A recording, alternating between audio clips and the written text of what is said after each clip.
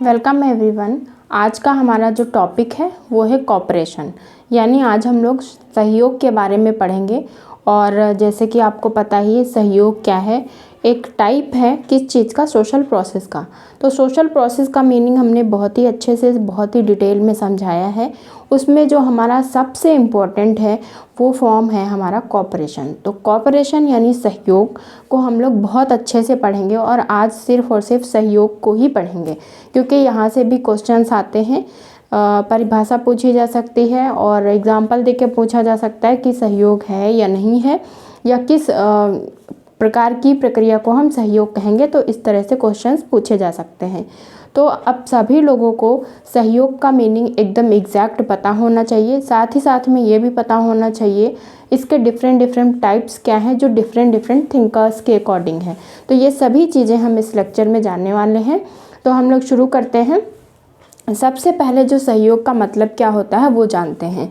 तो जैसे कि आप सभी लोग एक समाज में रहते हैं और समाज के सदस्य होने के नाते आपकी जो भी आवश्यकताएं होती हैं उसकी पूर्ति आप स्वयं अकेले नहीं कर सकते हैं। चाहे कोई भी वर्क आपको करना हो, लेकिन आपको अपना काम पूरा करने के लिए किसी न किसी व्यक्ति से अपने जीवन में सहयोग अवश्य ही लेना होता है। वो कोई भी काम हो सकता है। फॉर एग्ज़ाम्पल, अगर आपको अपनी ट्रीटमेंट अपना कराना है, मान लीजिए अपना किसी भी आपको कोई प्रॉब्लम हुई तो उसका इलाज कराना है, तो आप किससे सहयोग लेंगे? डॉक्टर से लेंगे। और आपको कोई एग्ज़ाम निकालना है, आपको कुछ समझना है, तो आप किससे सहयोग लेंगे? टीचर से सहयोग लेंगे। इसी तरह अगर आपको किसी भी तरह से मान लीजिए प्रजनन करना है या यौन क्रिया का संतुष्ट प्राप्त करनी है, तो आप क्या करेंगे? परिवार रूपी संस्था में निर्माण करेंगे और उस संस्था से आपकी क्या होगी? पूर्ति होगी। और इसी तरह अगर आपको सामाजिक नियम कानूनों की हेल्प लेनी है, तो आपको किस पे निर्भर होना होगा? सरकार के कानून पे, या सरकार से आपको जो भी उनके नियम कानून है वो जानने होंगे। तो कुल मिलाकर मेरा ये कहना है, आप कोई भी काम करना चाहते हो तो उसके लिए आपको दूसरे पर निर्भर होना होता है या दूसरे का सहयोग लेना होता है, क्योंकि सभी व्यक्ति क्या होते हैं, समाज में अपनी आवश्यकताओं की पूर्ति अकेले नहीं कर सकते हैं। तो इसके लिए इस व्यक्ति क्या करता है? सबसे पहले एक सामाजिक संपर्क स्थापित करता है। सामाजिक संपर्क कैसे स्थापित करेगा? उसके लिए हमने आपको बताया था दो तत्व जो इम्पोर्टेंट थे, उसमें संचार और सामाजिक संपर्क इम्पोर्टेंट होता है। उसके बाद क्या होता है? सामाजिक संपर्क के बाद इंटरेक्शन होता है। इंटरेक्शन जिस तरह से आपका होगा, मान लीजिए अगर विरोध होगा तो विभाजक वाली प्रक्रियाएं उत्पन्न होंगी, और अगर सहयोग होगा तो संयोजक वाली प्रक्रियाएं उत्पन्न होंगी। तो उसी में हम एक प्रक्रिया को आज पढ़ रहे हैं जो कि है हमारी सहयोग। तो हम लोग इसको समझने की कोशिश करते हैं। जैसे कि सहयोग क्या होता है? कोई भी एक लक्ष्य है, मान लो एक गोल है, इसको प्राप्त करने के लिए क्या करते हैं? कई व्यक्ति मिलकर क्या करते हैं? साथ साथ में कार्य करते हैं या उस गोल को पाने का प्रयत्न करते हैं। और इसी के साथ में ये इस चेतना से भी वाकिफ होते हैं या प्रेरित होते हैं कि हम सभी एक ही समूह के व्यक्ति हैं और हमें निरंतर एक दूसरे का सहयोग करना है। क्यों? इस गोल को पाने के लिए। तो मैंने ये ऐसे ही लिखा है, कोई ऐसे परिभाषा या कोई इस तरह से नहीं है, सिर्फ समझाने के लिए आपको लिखा है कि एक निश्चित एक गोल होता है, उसको पाने के लिए कुछ व्यक्ति साथ में मिलकर काम करते हैं और इस चेतना से वो जानते हैं, उनको पता होता है कि हम एक समूह के लोग हैं और हमारा इसमें हित है। उसको पाने के लिए साथ साथ में काम करते हैं और निरंतर काम करते हैं। मतलब जो सहयोग होता है वो एक दिन की प्रक्रिया नहीं है, वो निरंतर प्रक्रिया है। मान लीजिए आपको प्रजनन करना है तो आपको परिवार में निरंतर रहना होगा। आपको जिस धर्म का पालन करना है, उस धर्म के नियमों को मानना है, तो उस धर्म में निरंतर रहना होगा। एक दिन में सहयोग नहीं होता है। जैसे मान लीजिए मैं एग्जाम्पल के द्वारा समझाऊं कि कोई भी कर्मचारी है, किसी भी ऑफिस का कर्मचारी है, इसके खिलाफ धरना करने के लिए कुछ व्यक्ति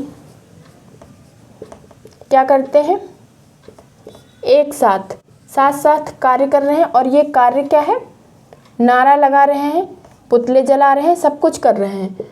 और ये क्या कर रहे हैं, इनके खिलाफ, इनको हटाने के लिए जो भी काम कर रहे हैं वो एक साथ कर रहे हैं। लेकिन क्या इसको हम सहयोग कहेंगे? इसको हम सहयोग नहीं कहेंगे। क्यों? जबकि साथ साथ में हो रहा है, लेकिन फिर भी हम इसको सहयोग नहीं कहेंगे, क्योंकि इस विशेषता का इसमें अभाव है, इसमें निरंतरता नहीं पाई जा रही है। वो सिर्फ तब तक धरना कर रहे हैं जब तक उनकी मांगों की पूर्ति नहीं हो रही है, तो ये सहयोग नहीं होगा। सिमिलरली अगर गांव के कुछ व्यक्ति हैं, वो किसी मंदिर या सड़क का निर्माण करने के लिए क्या कर रहे हैं, एक दूसरे का सहयोग कर रहे हैं, तो इसमें क्या होगा, ये जो सहयोग कर रहे हैं, ये एक दिन में तो मंदिर या सड़क बन नहीं जाएगी, उसमें निरंतरता चाहिए होगा, लॉन्ग टाइम होगा, तो लंबे समय तक एक दूसरे का सहयोग करेंगे, तो इसलिए इसको क्या कहा जाएगा, सहयोग की श्रेणी में इसको रखा जाएगा। तो इसी तरह हम लोग क्या करते हैं, अगर आप बीमार हैं तो आपको किसका सहयोग चाहिए, डॉक्टर का। अगर आप पढ़ना चाहते हैं तो आपको किसका सहयोग चाहिए, टीचर का, यानी अध्यापक का। और अगर आपको रति संबंधी इच्छाओं की पूर्ति करनी है तो आपको किसका सहयोग चाहिए, परिवार का। तो ये कुछ इम्पॉर्टेंट हैं जिसके माध्यम से आप समझ सकते हैं, कानून है तो आपको सरकार का सहयोग चाहिए होगा। तो इस तरह से आप कोई भी काम करोगे, समाज में जो भी आवश्यकता की पूर्ति करनी है तो आप अकेले नहीं कर सकते हो, उसके लिए एक दूसरे का सहयोग लेना अति आवश्यक है। क्लियर हो गया। दूसरी बात यहाँ पे ये इम्पॉर्टेंट है, ये जो सहयोग है सबसे महत्वपूर्ण प्रक्रिया है, क्योंकि आज तक जितना भी विकास हुआ है सहयोग के बिना असंभव है। अगर कोई भी विकास करता है, कोई भी समाज में या अपनी डेली लाइफ में व्यक्ति प्रगति करता है, तो उसके पीछे सहयोग बहुत महत्वपूर्ण होता है। वो आपके परिवार का हो सकता है, आपके दोस्तों का हो सकता है, या आपका कोई भी ऐसा पार्टनर हो सकता है जो कहीं ना कहीं आपके लाइफ में कोई ना कोई कंट्रीब्यूशन ज़रूर करता है, तभी आप अपने इस गोल को प्राप्त कर पाते हैं। कोई भी व्यक्ति अपना कोई भी लक्ष्य है उसको अकेले प्राप्त नहीं कर सकता है, उसके पीछे कई लोगों का सहयोग होता है। और सहयोग कैसा होता है, निरंतरता का होना बहुत ज़रूरी है। एक दिन में आप किसी की भी हेल्प कर दो तो उसको हम सहयोग की कैटेगरी में नहीं रख सकते। हालांकि वो एक उसके टाइप में आता है, जो हम लोग टाइप डिस्कस करेंगे तो हमें पता चलेगा कि इस टाइप का भी सहयोग होता है, पर वो डिफरेंट कैटेगरी में आएगा, डिफरेंट टाइप ऑफ सहयोग है, कोऑपरेशन है, इस तरह से नहीं। अगर सहयोग की मीनिंग वास्तविकता में आपको जानना है तो इसका मतलब यही है, एक लक्ष्य को प्राप्त करने के लिए जब हम साथ साथ में मिलकर काम करते हैं या कार्य करते हैं और इस चेतना से प्रेरित होते हैं कि हम इसी समूह के सदस्य हैं और हमारा हित भी इसी में है, तो और वो सहयोग निरंतर होता है, तो उसको हम सहयोग की कैटेगरी में रखते हैं। तो पहले जैसे क्या होता था, गांव में ये होता था कि गांव जो होते थे पहले के, तो उसमें हमेशा सहयोग पाया जाता था। भाई पहले तो ये होता था, आग जलाने के लिए भी माचिस नहीं हुआ करती थी, तो लोग एक दूसरे के घर से आग ला के आग जलाते थे, तो वो क्या करते थे, एक दूसरे का सहयोग करते थे। और उसके बाद क्या हुआ, अब ये जो गांव से सहयोग था, अब ये निकल कर कहाँ पहुँचा है, राष्ट्रीय, अंतर्राष्ट्रीय और दूसरे राज्यों में, शहरों में, नगरों में, प्रांतों में, सब जगह पहुंच गया है। तो पहले जो सहयोग सिर्फ गांव में पाया जाता था, वो गांव से निकलकर बहुत नेशनल इंटरनेशनल लेवल तक पहुंच चुका है। और अब सहयोग के बिना तो कुछ होता ही नहीं है। एक दूसरे जो देश हैं वो भी एक दूसरे का सहयोग करते हैं, तभी सभी की आवश्यकताओं की पूर्ति होती है। तो ये एक हमने ऑल ओवर आपको बताया है कि सहयोग का मीनिंग क्या है। अब इसको हम थोड़ा सा एक डायग्राम के माध्यम से समझते हैं। मान लीजिए ये आपने कुछ व्यक्ति हैं, इन्होंने क्या किया, एक संपर्क स्थापित किया। सबसे पहले आपको अपनी आवश्यकता की पूर्ति करने के लिए किसी भी व्यक्ति से क्या करना होगा, संपर्क बनाना होगा, तभी तो आगे बात बढ़ेगी। तो उसमें क्या होगा, संपर्क किया, और संपर्क होगा कैसे, जो हमने कल बहुत ही डिटेल में पढ़ा था, अंतःक्रिया के माध्यम से। तो ये अंतःक्रिया करी, इंटरैक्शन, अंतःक्रिया के दौरान पता चलता है जो भी आपका संबंध बनेगा वो अच्छा बनेगा या बुरा बनेगा। मतलब कौन सी सामाजिक प्रक्रिया का आप जन्म देंगे वो अंतःक्रिया के माध्यम से डिसाइड होता है। जैसे कि आप समझ सकते हैं, मान लीजिए ये अंतःक्रिया जो थी उसमें कुछ जो बाहरी दशाएं थीं उनका प्रभाव पड़ गया, और इधर जो व्यक्ति था वो आपस में उन्होंने क्या किया, उनमें विरोध हो गया।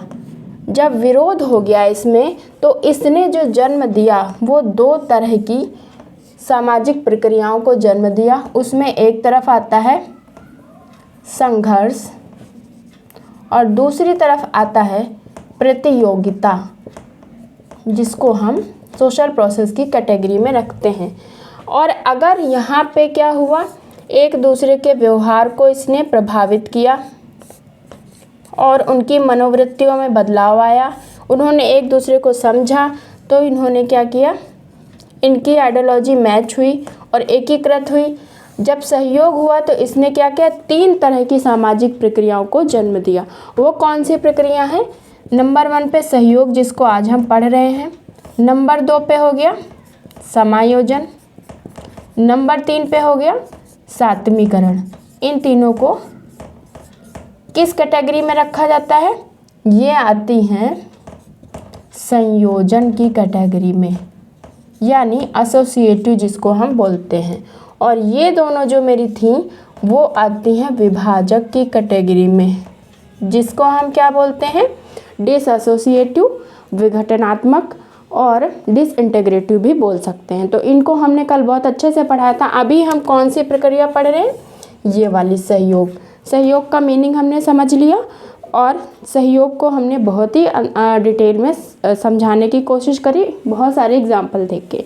तो अब हम लोग इसकी जो इम्पोर्टेंट डेफिनेशन है, जो एग्ज़ाम के पर्सपेक्टिव से इम्पोर्टेंट है, जो एग्ज़ाम में पूछी जानी है, वो डिस्कस करते हैं। ओके,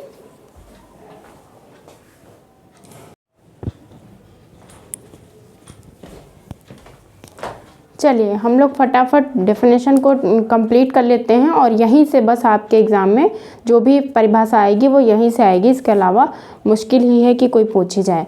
तो फर्स्ट हमने मेंशन करी, एक लक्ष्य को प्राप्त करने के लिए मिलकर प्रयत्न। तो अभी हम लोग क्या पढ़ रहे थे, एक लक्ष्य को पाने के लिए क्या करते हैं, मिलकर, यानी साथ साथ जब प्रयत्न करते हैं तो उसको हम कहते हैं सहयोग। तो सेम वही बात लिखी है, बस शब्दों का फेर है।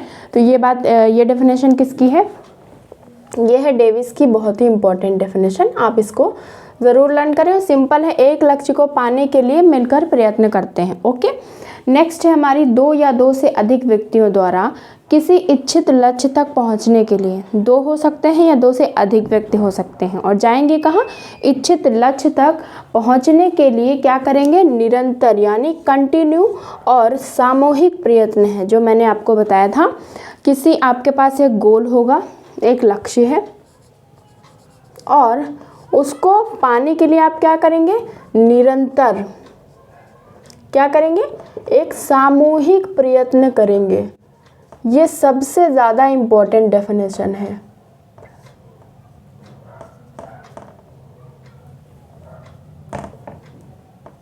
ओके, तो इनके डेफिनेशन में आपको 3 कीवर्ड दिखेंगे, एक दिखेगा लक्ष्य, दूसरा दिखेगा निरंतरता, और तीसरा दिखेगा सामूहिक प्रयत्न। तो ये पूछा भी जा सकता है कि इसमें कौन सा एक नहीं है, कुछ और दे सकते हैं। और ये 3 कीवर्ड हैं, लक्ष्य होगा, निरंतरता होगी और सामूहिक प्रयत्न होगा। इन तीनों को मिलाकर ही हम उसको सामाजिक सहयोग की प्रक्रिया में रखेंगे। तो ये डेफिनेशन किसकी है, ये सबसे डिफरेंट, सबसे अलग है, ग्रीन की डेफिनेशन, और इसमें आपको 3 कीवर्ड मिलेंगे। ओके, नेक्स्ट हमारी है, अनेक व्यक्ति एक लक्ष्य के लिए अपने प्रयत्नों को एक दूसरे से संयुक्त कर लेते हैं या संबंध कर लेते हैं। तो यहाँ पे क्या है, बहुत सारे व्यक्ति हैं लेकिन एक लक्ष्य के लिए, जिसकी बात हम बार बार कर रहे हैं, तो एक लक्ष्य के लिए वो क्या कर रहे हैं, अपने प्रयत्नों को एक दूसरे से संबंध कर लेते हैं या संयुक्त कर लेते हैं। कोई भी वर्ड हो सकता है, कुछ भी लिख सकता है। तो ये डेफिनेशन किसकी है, ये है फेयर चाइल्ड की। फेयर चाइल्ड की बहुत ही इंपॉर्टेंट डेफिनेशन है। और ये क्या करते हैं, एक लक्ष्य के लिए अपने आप को एक दूसरे से संयुक्त कर लेते हैं, उसमें अनेक व्यक्ति होते हैं। क्लियर हो गया।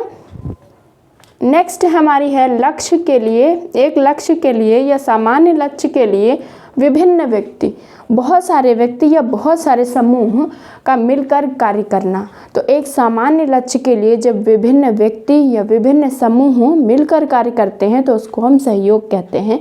तो इसको याद करने की इम्पोर्टेंट ट्रिक है, अगर विभिन्न व्यक्तियों की बात या विभिन्न समूहों की बात होगी तो उसका आंसर होगा सदरलैंड एंड वुडवर्ड। तो ये डेफिनेशन किसकी है, सदरलैंड एंड वुडवर्ड।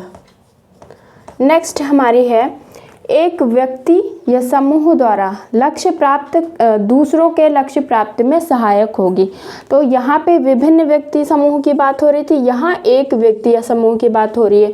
तो एक व्यक्ति या समूह द्वारा जब लक्ष्य प्राप्त करेंगे और वो भी क्या होगा, एक लक्ष्य जो हम पाते हैं वो दूसरे के लक्ष्य प्राप्ति में भी सहायक होता है। तो ऐसी बात कौन कहते हैं, ऐसी बात कहते हैं लुंडबर्ग। ये भी काफ़ी इम्पोर्टेंट डेफिनेशन है। अगर विभिन्न व्यक्ति होंगे तो सदरलैंड और वुडवर्ड हो जाएगा, अगर एक व्यक्ति होगा तो लुंडबर्ग हो जाएगा। ठीक है, तो क्योंकि यहाँ विभिन्न व्यक्ति हो रहे थे तो दो लोग मिलके विभिन्न हो जाएंगे, और यहाँ पे एक व्यक्ति हो रहा था तो वहाँ भी एक व्यक्ति होगा, लुंडबर्ग। ये सब कीवर्ड आपके लिए हैं, आप आसानी से डेफिनेशन को लर्न कर सकें।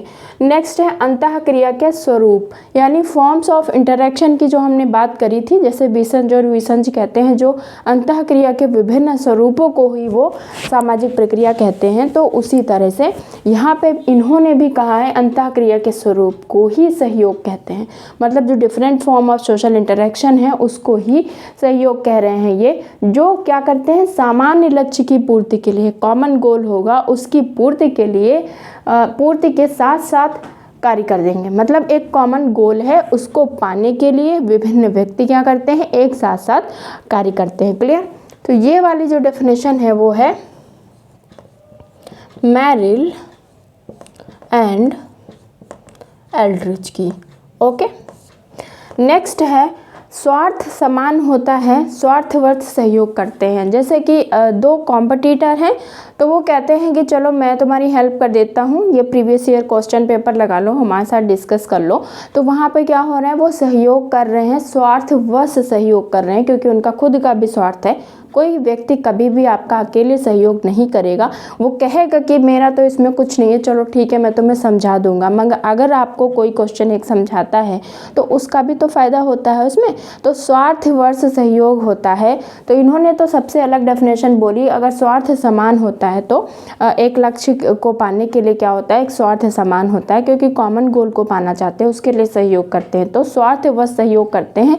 ये डेफिनेशन किसकी है, ये डेफिनेशन है फिक्टर की। और फिक्टर की हमेशा ही अलग होती है, एकदम छोटी रहेगी और एकदम अलग रहेगी, ये इनका पहचानने का भी तरीका हो सकता है। और नेक्स्ट है हमारी व्यक्तिक या सामूहिक उद्देश्यों की प्राप्ति के लिए व्यक्तियों या समूहों द्वारा किया गया साझा प्रयास, या साझा प्रयास को ही इन्होंने सहयोग कहा है। तो जो हम शेयर्ड प्रयास करते हैं उसको हम क्या कहते हैं, सहयोग।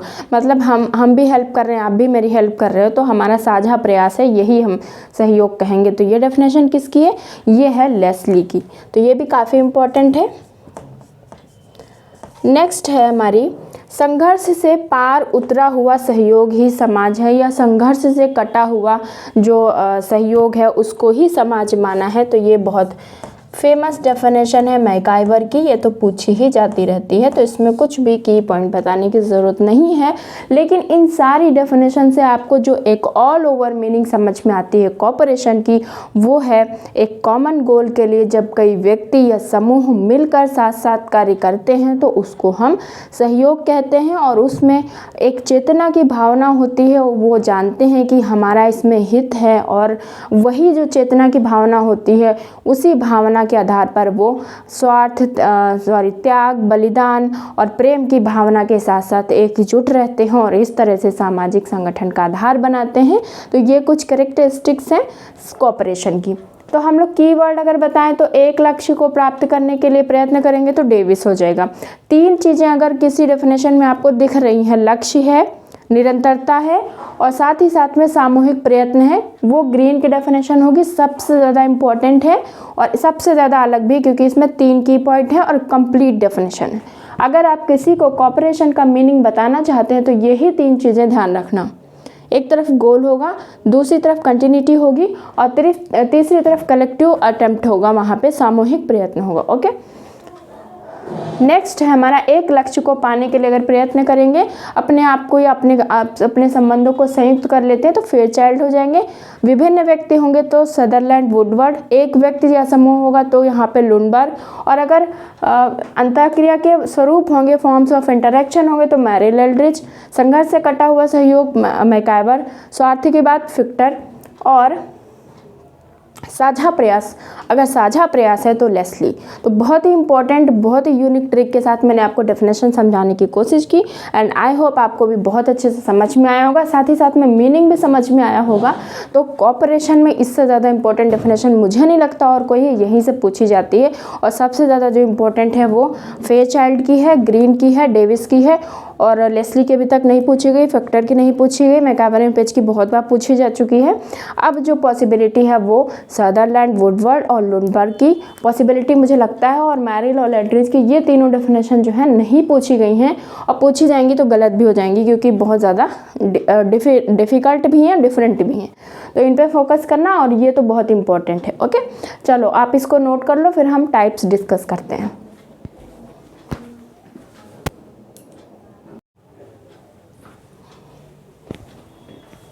चलिए अब हम लोग डिस्कस कर लेते हैं सहयोग के फॉर्म्स कौन कौन से हैं, सहयोग के स्वरूप या टाइप्स जो डिफरेंट थिंकर्स के अकॉर्डिंग डिफरेंट फॉर्म्स दिए गए हैं सहयोग के। कंपटीशन के लिए यहीं से सवाल बनता है कि कौन सा फॉर्म किसका है और कौन सा किसका नहीं है, इसमें से उसमें, उसमें से उसमें डाल देते हैं। और अगर आप यूजी पीजी के स्टूडेंट हैं तो आपके लिए ये इंपॉर्टेंट हो जाता है कि अगर आप फॉर्म्स सहयोग पे कोई भी ऐसे या फिर कोई भी आंसर राइटिंग कर रहे हैं तो उसमें सारे ही टाइप्स को मेंशन करिएगा तो आपको बहुत अच्छे मार्क्स मिलेंगे। तो पहला जो टाइप हमने मेंशन किया है वो है हमारा डायरेक्ट एंड इनडायरेक्ट। तो डायरेक्ट इनडायरेक्ट जो टाइप है वो किसने दिया है, वो दिया है मैकाइवर एवं पेज ने।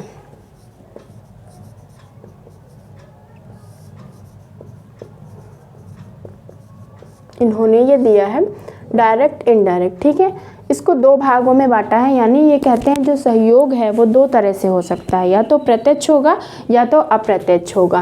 तो डायरेक्ट का मतलब क्या है, प्रत्यक्ष, और इसका मतलब है अप्रत्यक्ष। तो प्रत्यक्ष का मतलब क्या है, जब व्यक्ति आपके सामने आमने सामने या फेस टू फेस इंटरेक्शन करता है, वहाँ पे सहयोग करता है, तो उसको हम इस कैटेगरी में रखते हैं। तो डायरेक्ट क्या हो जाएगा, जब व्यक्ति आमने सामने रहकर सहयोग करेगा, यानी फेस टू फेस, तो उसको हम कहेंगे इस कैटेगरी में रखेंगे। तो इसका एग्जांपल क्या हो सकता है, जैसे कोई भी जो प्लेयर हैं वो क्या करेंगे, खेल की जो तैयारी करेंगे या खेलेंगे तो उसका पीठ पीछे तो करेंगे नहीं, आमने सामने तैयारी करेंगे, आमने सामने सहयोग करेंगे और मिलके क्या करेंगे, मैदान में उतरेंगे फिर खेलेंगे। या फिर जैसे चुनाव के टाइम पे जो लोग भाषण देते हैं या चुनाव का प्रचार करते हैं तो मिलकर क्या करते हैं, आमने सामने फेस टू फेस इंटरेक्शन करते हैं और वो प्रत्यक्ष सहयोग करते हैं। क्लियर। दूसरा अप्रत्यक्ष सहयोग क्या हो सकता है, जैसे जो हमारे सामने नहीं होता है लेकिन वो मिलकर ऐसे दिखाते हैं, जैसे एक ऑलपिन को बनाने में भी 16 लोग लगे होते हैं, तो वो क्या होता है, अप्रत्यक्ष सहयोग होता है। आपको पता नहीं होता है लेकिन फिर भी किया होता है, तो ये मॉडर्न सोसाइटी में क्या होता है, अप्रत्यक्ष सहयोग होता है। तो इसका एग्जाम्पल क्या होता है, हो सकता है श्रम विभाजन हो सकता है। अगर आप आंसर राइटिंग करते हैं तो एग्जाम्पल ज़रूर लिखिए, और अगर आप सिर्फ कंपटीशन की तैयारी करते हैं तो सिर्फ ये लर्न करिए कि ये टाइप्स किसके हैं, प्रत्यक्ष और अप्रत्यक्ष सहयोग की बात कौन करता है, मैकआइवर एवं पेज। सेकंड नंबर पे जो हमने टाइप मेंशन किया वो भी काफ़ी इंपॉर्टेंट है। उसको इन्होंने सहयोग को बांटा है 3 भागों में, इन्होंने बांटा था 2 भागों में। ये कौन है जो सहयोग को इन 3 भागों में बांटते हैं, वो है आगबर्न एंड निमकॉफ। आगबर्न एंड निमकॉफ ने सहयोग को कितने भागों में बांटा, 3 भागों में बांटा। वो 3 भाग कौन कौन से हैं, जनरल यानी सामान्य, दूसरा क्या है फ्रेंडली यानी मित्रवत, और तीसरा क्या है सहयोगी, या फिर इसको विभेदीकृत के रूप में भी उन्होंने बताया है। ये 3 टाइप हैं और ये दोनों एक साथ रखा, हेल्पिंग या विभेदीकृत। तो सामान्य जो हमारे सहयोग होगा वो ऐसे नॉर्मली आप किसी भी व्यक्ति की सहायता कर रहे हैं तो वो हमारा इस कैटेगरी में आएगा। लेकिन जो मित्रवत है वो हमारा, जो हम मित्रों से के साथ में मिलकर क्या करते हैं, नृत्य गान किए या समूह गान किए, वो इन सब में आएगा। और जब एक लक्ष्य की प्राप्ति के लिए आप किसी का सहयोग करते हैं तो वो हमारा सामान्य ज्ञान में आ जाएगा, सामान्य उसमें आ जाएगा टाइप में। दूसरा समूह गान हो गया, नृत्य गान हो गया, या फिर आप कोई भी चीज़ मिलके करते हैं जो अपने दोस्तों के साथ में एक दूसरे का सहयोग कर रहे हैं, जिसमें आपकी इच्छाओं की पूर्ति होगी, वो सब इसमें आएगा। और जो सहयोगी हो जाएगा हमारा, विभेदीकृत हो जाएगा, वो जैसे आप किसी बाढ़ पीड़ितों की सहायता कर दी आपने, या फिर आपने क्या किया, किसी अचानक से कोई सिचुएशन आई जिसमें आपने सहयोग कर दिया, तो वो हो गया सहयोगी, सहयोग का टाइप हो गया। ये तीनों टाइप बहुत इंपॉर्टेंट है, मीनिंग जानना, और ये टाइप दिए किसने हैं, आगबर्न और निमकॉफ ने, ये भी आपको पता होना चाहिए। थर्ड नंबर पे जो है वो भी काफ़ी इंपॉर्टेंट टाइप है और इन्होंने भी 3 टाइप में बांटा है। तो ये कौन है, ग्रीन। ये तो अक्सर पूछा जाता है एग्जाम में कि ये टाइप ऑफ सोशल कोऑपरेशन किसका है। तो प्राइमरी यानी प्राथमिक जो हो गया, जो आप कहाँ सहयोग करते हैं, अपने परिवार में पाते हैं, मित्रों के पास पाते हैं, पड़ोस में पाते हैं, वो आपका प्राइमरी हो गया। सेकेंडरी जो द्वितीयक आपका है वो कहाँ हो गया, ये तो मॉडर्न सोसाइटी की एक कैरेक्टरिस्टिक्स है और ये आपको मिलता है मॉडर्न सोसाइटी में देखने को, सेकेंडरी कोऑपरेशन ही मिलता है। जैसे कि आप एग्जांपल में देखें तो मॉडर्न सोसाइटी में अगर कोई व्यक्ति आपकी हेल्प करता है तो वो अपने हितों को ध्यान में रखकर करता है। जैसे हम यहाँ पे एग्जांपल दें आपको डॉक्टर का, तो एक डॉक्टर आपकी सहायता कर रहा है, तो क्यों कर रहा है, वो अपने हित को जानता है कि उसको एक आर्थिक लाभ मिलेगा, इसलिए वो आपकी स्वास्थ्य की देखभाल कर रहा है। तो ये क्या हो गया, मॉडर्न सोसाइटी की विशेषता हो गई और ये हमारा सेकेंडरी कोऑपरेशन हो गया। इसी तरह जो तृतीयक सहयोग होता है वो क्या होता है, जब 2 व्यक्तियों में आपस में क्या हो गया है, लड़ाई हो गई है, विरोध की भावना हो गई है, अब उनको समझ में नहीं आ रहा है क्या किया जाए, और विरोध करने के बाद, लड़ाई करने के बाद दोनों का ही नुकसान हो रहा है। लड़ाई करने में तो कभी फ़ायदा होता नहीं भाई, आपने किसी से दोस्ती करी तो आपका फ़ायदा होगा ही होगा एक न एक दिन। आप सोचते हो मेरा तो इससे कोई बेनिफिट नहीं है तो चलो हम लड़ाई कर ले, तो लड़ाई करने में या विरोध करने में कभी किसी का फ़ायदा नहीं होता है। और आपको भी पता है कि मेरा लॉस है, सामने वाले को भी पता है मेरा लॉस है, तो दोनों ये सोचते हैं चलो इससे कोई फ़ायदा नहीं, अब क्या कर लिया जाए, समझौता। जब समझौते की स्थिति आती है यानी जब समायोजन होता है, तो इस प्रकार का जब सहयोग होता है समायोजन करने के लिए या समझौता करने के लिए, तो वो तृतीयक में आता है। और ये तीनों टाइप किसने दी, ग्रीन ने दिए। तो ये तीनों क्लियर हो गए। अब जो हम ये तीनों ही बहुत इंपॉर्टेंट हैं, ओके। नेक्स्ट और टाइप हैं वो भी इम्पोर्टेंट हैं। तो यहाँ पे लिखा है मैंने वॉलंटरी एंड ऑर्गेनाइज्ड, यानी ऐच्छिक और संगठित। ये टाइप किसने दिया है? ये टाइप दिया है हैज़लर ने। ये भी पूछा जाता है, ये पीसीएस में पूछा गया था, प्रीवियस ईयर एग्ज़ाम में आप देखेंगे तो आपको मिलेगा ये कि ये वाला टाइप किसका है। तो इसका मतलब है जब आप अपनी इच्छा के अनुसार किसी की सहायता करते हैं, जैसे मान लीजिए आपने एक अंधे इंसान को देखा और उसको आपने रोड पार करवा दी, रास्ता पार करवा दिया, तो ये आपकी इच्छा हुई, आपने उसका सहयोग कर दिया। आपका नहीं मन तो आप नहीं भी कर सकते हो। दूसरा जो संगठित है, ऑर्गेनाइज्ड है, वो डिवीज़न ऑफ लेबर जैसे श्रमिक क्षेत्र में पाया जाता है कि आपको ये काम करना ही करना है, तो वो हमारा ऑर्गेनाइज्ड हो जाएगा। तो ये दो टाइप हैज़लर के हैं। नेक्स्ट हमने ये जो 4 टाइप लिखे हैं ये लगभग सेम ही हैं, लेकिन दो अलग अलग दिया है कि अलग अलग लोगों ने दिया है, तो आप दोनों ही लर्न कर लो।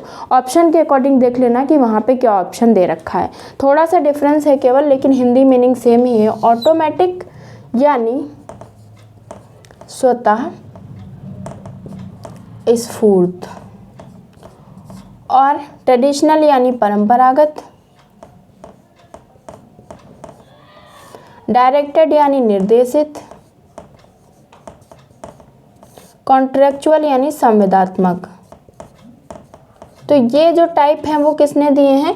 ये जो 4 टाइप मैंने लिखे, ऑटोमेटिक, ट्रेडिशनल, डायरेक्टेड, कॉन्ट्रेक्चुअल, ये टाइप दिए हैं निस्बेट ने।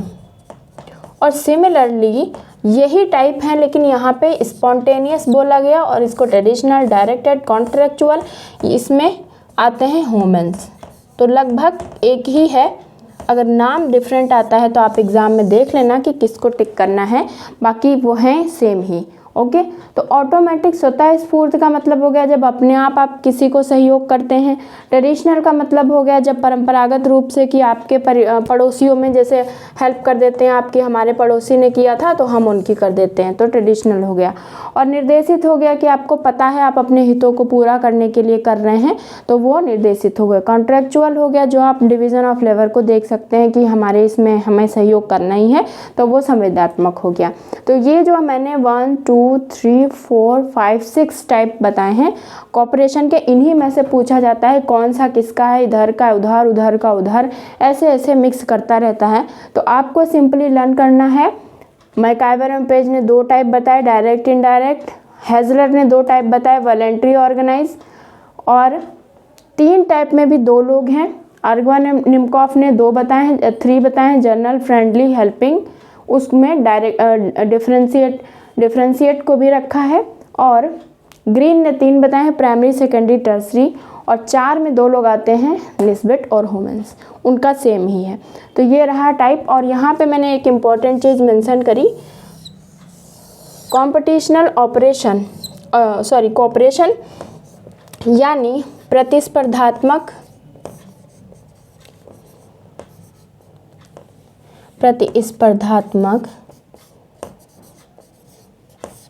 सहयोग।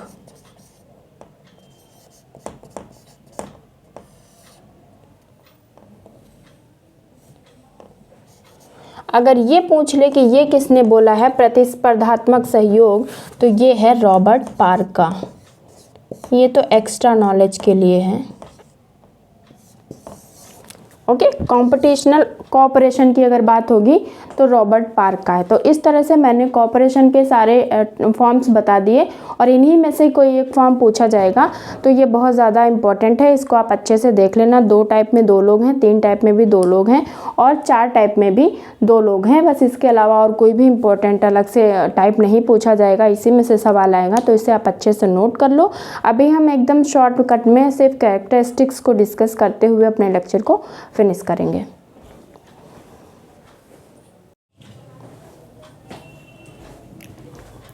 ओके, फाइनली हम लोग कैरेक्टरिस्टिक्स जान लेते हैं और हमारा 5 मिनट में लेक्चर फिनिश होने वाला है, क्योंकि अब ज़्यादा टाइम नहीं लगेगा। हमने ऑलरेडी मीनिंग समझ लिया है, डेफिनेशन समझ लिया है और टाइप्स समझ लिए हैं, इसी में से सवाल आने हैं। तो हम लोग फटाफट देख लेते हैं इसकी कैरेक्टरिस्टिक्स क्या हो सकती हैं। ऑलरेडी हम लोगों को तो पता ही चल चुका है। तो पहला मैंने यहाँ पे लिखा है मान्यता प्राप्त प्रक्रिया है। तो सहयोग मान्यता प्राप्त प्रक्रिया है, क्योंकि सहयोग ऐसे तो नॉर्मली अकेले आप किसी व्यक्ति से बातचीत कर लो तो वो तो होता नहीं, क्योंकि वो लॉन्ग टाइम में होता है। आपने जैसे मैंने बताया था, नारा दे दिया, एक साथ मिलकर कुछ काम कर लिया, तो वो सहयोग नहीं होता। सहयोग एक लॉन्ग टाइम प्रोसेस है। कॉपरेशन जब आप लंबे समय तक करते रहेंगे तो उसको माना जाएगा सहयोग। तो ये क्या है, मान्यता प्राप्त प्रक्रिया है। दूसरा मैंने लिखा है सहयोग में कॉमन गोल होना चाहिए। बिना गोल के आप किस बात पे किसी से बात करोगे। तो सहयोग के लिए सबसे पहले एक लक्ष्य कॉमन होना चाहिए, जिसके लिए हम क्या करते हैं, कई लोग मिलकर एक कॉमन लक्ष्य के प्रति साथ साथ मिलकर काम करते हैं उस लक्ष्य को पाने के लिए। तो बिना लक्ष्य के तो सहयोग कोई करता ही नहीं है, हर किसी का एक ना एक लक्ष्य होता है। दूसरा जो मैंने ग्रीन की डेफिनेशन में एक इम्पॉर्टेंट एलिमेंट बताया था, निरंतरता, कंटिन्यूटी होना चाहिए, निरंतर सहयोग होना चाहिए, तभी वो सहयोग माना जाएगा, अदरवाइज़ वो सहयोग के फॉर्म में नहीं आएगा।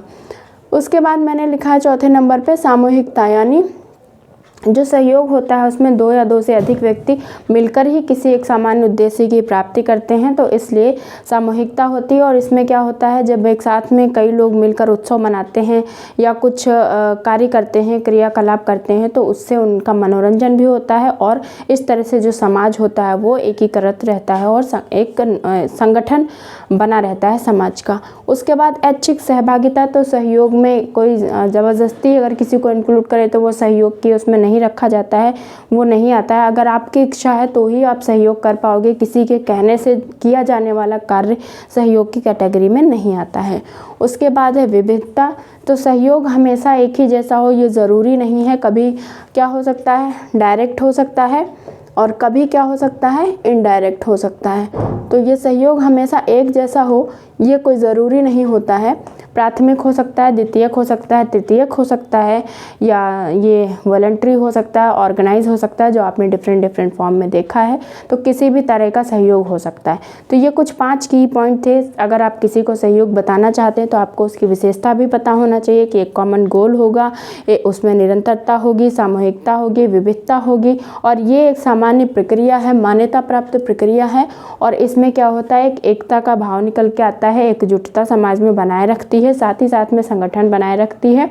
और इसी तरह जो सहयोग होता है वो क्या होता है, कॉमन गोल की प्राप्ति के लिए जब कई व्यक्ति मिलकर या दो या दो से अधिक व्यक्ति मिलकर सामूहिक प्रयत्न करते हैं और इस बात से सचेत रहते हैं कि हम इसी ग्रुप के सदस्य हैं या इसी समूह के सदस्य होने के नाते उसमें जो एकता और एकजुटता और प्रेम और अपने लिए जो भाव उत्पन्न होता है, उस जो हम की भावना आती है, उसको लेकर जब हम साथ में काम करते हैं तो उसको हम सहयोग कहते हैं। ठीक है, तो इस तरह से हमने सहयोग के सारे ही इम्पोर्टेंट एस्पेक्ट्स को कंप्लीट कर लिया है और नेक्स्ट हम लोग किसी नेक्स्ट सोशल प्रोसेस को करेंगे। Okay, thank you for watching the video. मिलते हैं नेक्स्ट वीडियो में, तब तक के लिए बाय बाय।